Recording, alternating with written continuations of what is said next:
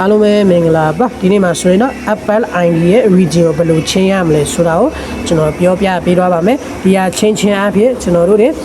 TikTok account တွေပါတယ်တုံးတယ်လူဆိုရင်လည်း follower 900ရှိရင် live တွေပါတယ်လည်းလွှင့်လို့ရတယ်ပြီးရင်နိုင်ငံခြားမှာသုံးလို့ရတဲ့ application တွေကိုလည်းကျွန်တော်အလွယ်တကူ download ဆွဲမှသုံးလို့ရမှာပေါ့နော်ဒါဆိုရင်ကျွန်တော်စလိုက်ရအောင်ပထမဦးဆုံးအနေနဲ့ iPhone setting ထဲဝင်လိုက်ပြီးအပေါ်ဆုံးမှာတွေ့ရတဲ့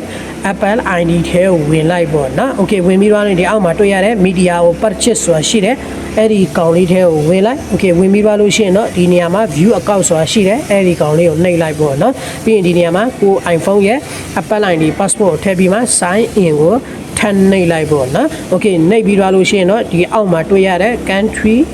region ဆိုတာရှိတယ်အဲ့ဒီကောင်လေးကိုနှိပ်လိုက် Okay နှိပ်ပြီးသွားလို့ရှိရင်တော့ကျွန်တော်တို့ဒီနေရာမှာ search bar မှာ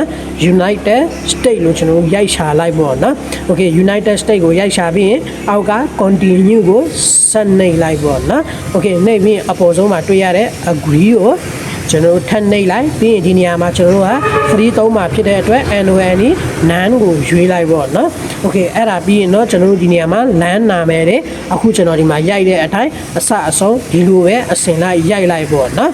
Okay အဲ့ဒါရိုက်ပြီးသွားလို့ရှိရင်တော့အောက်က street နေရာမှာလဲကျွန်တော်တို့အဲ့ဒါရိုက်လဲရတယ်ဒါမှမဟုတ်အောက်က city ကိုတခါတည်းကြော်လဲရတယ် city နေရာမှာကျွန်တော်တို့က New York ကိုထည့်ရမယ် state နေရာမှာလဲ New York ကိုထည့်ပြီးရင် zip နေရာမှာအခုကျွန်တော်ပြထားတဲ့ဒီ country zip code ကိုကျွန်တော်ထည့်လိုက်ပေါ့နော်ပြီးရင် phone number မှာလဲကျွန်တော်အခုပြထားတဲ့ဒီ phone number ကိုရိုက်ထည့်လိုက်ပြီးအပေါ်ဆုံးမှာရှိတဲ့ dan ကိုနှိပ်လိုက်ပေါ့နော်